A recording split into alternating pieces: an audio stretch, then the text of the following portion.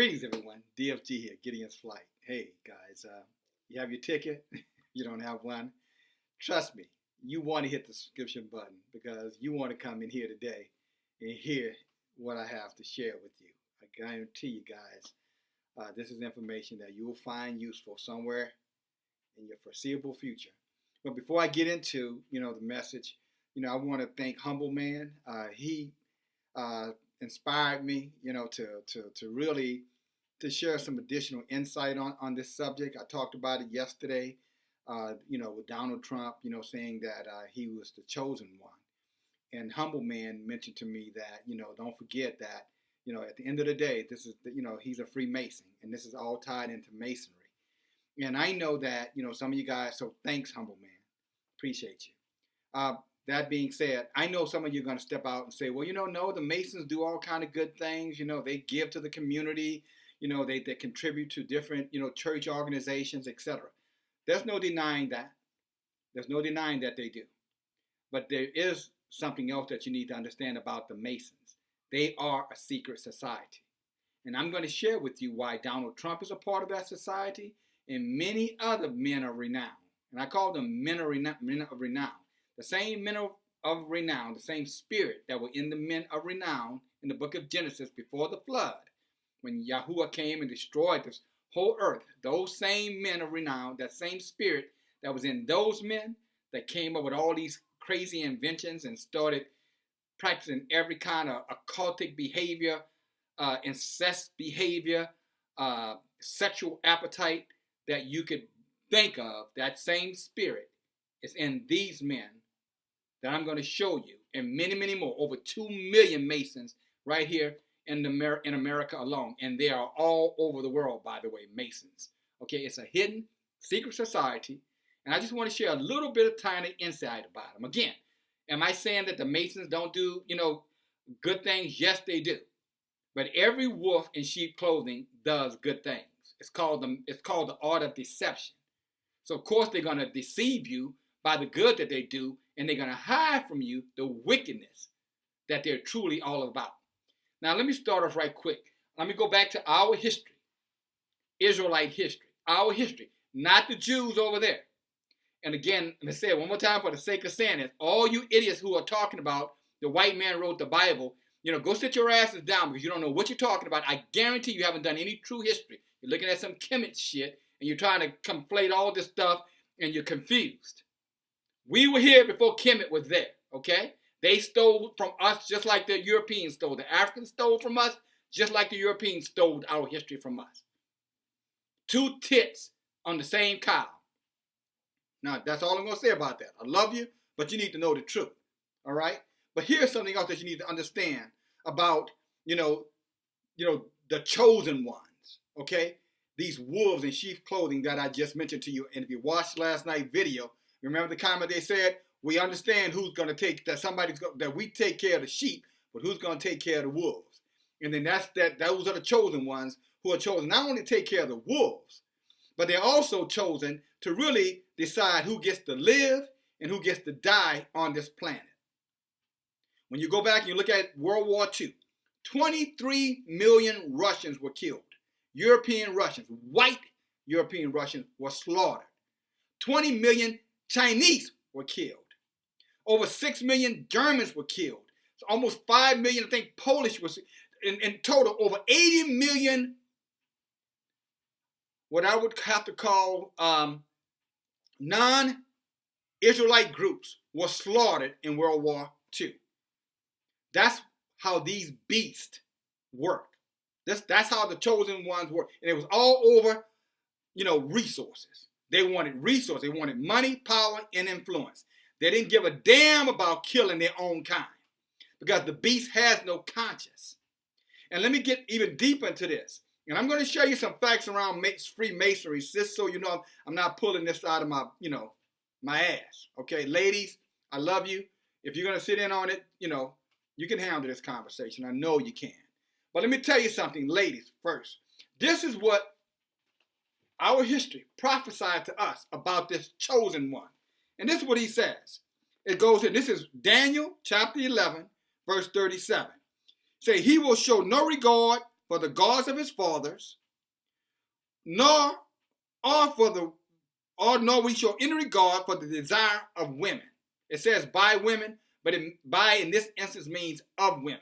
In other words, this man is going to have the mindset of a pedophile, sexual predator, homosexual. He has no desire for women. Probably why you heard the chosen one says, I like grabbing women's. Okay, ladies, we know he said it. I love grabbing women's pussies. Remember that? Because I'm powerful and I'm famous and I can kiss them and I can do anything I want to do to them and they're just going to let me do it because I'm powerful and I have fame and I have money. That's their mindset. And you've seen their behavior consistently from Epstein to Weinstein to Singer to Gibbons, all of those chosen devils. Okay? Just laying it out there for you.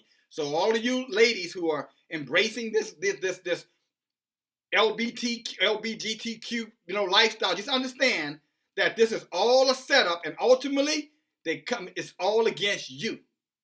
You think it's about love and embracing you. This is all about you, ladies. This man is not going to have any love, and this is going to be the most powerful man on the planet. One man is going to rule all other men. And he's going to have no regard for the woman. Again, Daniel 11:37. But let me get into the meat of my message. We're going to talk a little bit about Freemasonry. Because as Humble Man stated, this is about that. It really is about them controlling the world and all the resources of the world and population control. In other words, what they're really after is us. But they will kill anything to get to us. I was looking at a map of 1741, the Horn of Africa. And it was interesting because it showed 3 areas in the Horn. And this is the 1741 map. Had time, I would show it to you, but I have too much information. I can't. Maybe the next video. But it showed the Ivory Coast. Right next to the Ivory Coast, they had the Gold Coast. Right next to the Gold Coast, they had the Slave Coast. And guess what? Guess what was the name of the Slave Coast? Guess what the name of the kingdom was? The Kingdom of Judah. The Kingdom of Judah. I know some people say, well, see, I told you, that they're African. No. Judah was running from, I think it was Tiberius Caesar, one of the Caesars, and they ran them at 70 AD. They ran them out of Jerusalem, and they were on sojourn. They were running from nation to nation to nation, trying to escape persecution. And they ended up at the end of the coastline, the slave coast. And what happened was that the Africans sold them to the Europeans, who saw the value in them as they saw value in gold, as they saw value in ivory. They saw value in those people. And they brought them over to the Americas where the other people were. Because they had come over here in the 1400s, 1500s, and before, and they knew the quality of the people that in the land, that these people, and how these people could cultivate that land. And they knew that these people, the ones that were in the Kingdom of Judah on the Horn of Africa, were the same people that were here in the Americas. And when I say the Americas, I'm talking about from North America at the top all the way down to South America. All of them are not Judah, but all of them, most of them are the 12, at least those on the, what we consider the east coast of South America, Brazil, places like that. I don't know about the Chileans and the Peruvians, those people, the Colombians. I'm not sure what they are. I don't think they're us. I could be wrong on that. But I'm talking about the Brazilians, Venezuelans, some of the Argentinians, some of those people, the Ecuador, not the Ecuadorians, some of those people very well could be, okay? But just keep that. I know Ecuador is on the other side.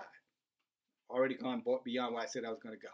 Wow, I'm going to have to go fast. So I'm going to give you a brief history. I'm going to try to get a couple of pictures in there to show you what the Freemasons look like, okay? And then I'm going to close this thing down fast. Here I go. Follow me. Freemasonry started about 1717. That was their first lodge. It's the oldest secret society in the world. Again, the belief is that to join the secret society, you have to apply, and one of the qualifications, you have to believe in some sort of supreme being. Now think about it, some sort of supreme. They don't care if it's the God of this world, Satan, Lucifer, because that's what they are, Luciferians. They won't tell you that, but that's exactly what they are. They're Luciferians because they think Lucifer, they know he's the God of this world, but they think he is the Almighty. They think he sits right up there with the Almighty, and they're deceived into believing that, okay? They have several degrees. The first degree of Masonry is called the Craft Lodge. The second degree of Freemasonry is called the Fellowcraft. Then after that, you have your third degrees, and those are your Master Mason degrees, okay? And then they go all the way up from the third all the way up to the 33rd degree. And the 33rd degree Masonry is almost, matter of fact, this is what the sign looks like. You can go to almost any city in America. Look at that. Can you see that? And you'll see a sign on the side of the road letting you know where the local Mason lodge is, okay? But inside of that, how else can I identify Masonry? Handshakes. See these shakes here? Different handshakes there. See, they work in signs and they work in codes. There's certain signals. And that's how they're able to know who's a part of that secret society. Something that's supposed to be so good, right? And do all these good, St. Jude Hospital, the Lions Club, Kiwanis Club, all those things that they do for the local communities, right? But on the back side of that, see, that's the sheep side. The wolf side is what you see them doing with World War II, what you see them doing in Vietnam, what's going on in Iraq, you saw them do with Gaddafi in Libya, what you see them doing destroying the whole planet, what's going on in the Amazon right now, burning down the Amazon because they want that land to develop. That's the wolf in them. And their objective is to eliminate all of what they see as the sheep or the low-class useless eaters, their kind, and then ultimately coming after our kind. Because they know that the Most High has his hands on us and is watching over us. Just like they, again, valued the gold, they valued the ivory, they also valued those Israelites because they knew inside those Israelites were all the blessings of the Most High. And also they know that if they could wipe us out, they didn't have to worry about the revenge of Yeshua coming to take vengeance on them, as Revelation chapter 1 verse 8 talks about, when they're going to be wailing because of the wickedness that they've done to his children, his people. Again, the copper color Hebrew Israelite here in Turtle Island, and some of us still scattered all over the world. Okay? All right. I'm not going to get through all of this, but I just wanted, there are 33 degrees. I'm not going to be able to get into the degrees. I showed you the handshakes, but what I wanted to do is also show you some of the people who are part of this organization. Now, if you look up here, and I'm going to try to do this as fast as I can. All right. This is Benjamin Netanyahu, all right, in Bloomberg, all right, the New York, I think he's the governor of New York, Bloomberg, all right, that's him. You see that handshake they're doing there, by the way? See it? Okay, let me show you some of the other of their cronies. Again, these are the handshakes, what they look like, okay? This is Billy Graham, you see that? That's Billy Graham and Harry Truman. See the handshake going on down there? Can you see that? You see it? Here, that is Barack Obama, a part of it. And that's John McCain sitting in the backdrop. Here, again, a better picture of Obama, just so you don't confuse that handshake. Here you got Pat Robertson, the evangelist. Again, high-ranking preachers are a part of it, as I talked to you yesterday about the National Prayer Breakfast. Okay, a better picture of Billy Graham. See that handshake? George Bush. See it? Putin and Bush. So these guys are buddies. They got UDC. These are buddies. Putin is not the enemy of the corporation of America. He's their friend and their buddy. It's all about creating chaos. You know, the Hegelian dialect, I think is what it's called. Confusion, problem, solution. All right? Right, problems.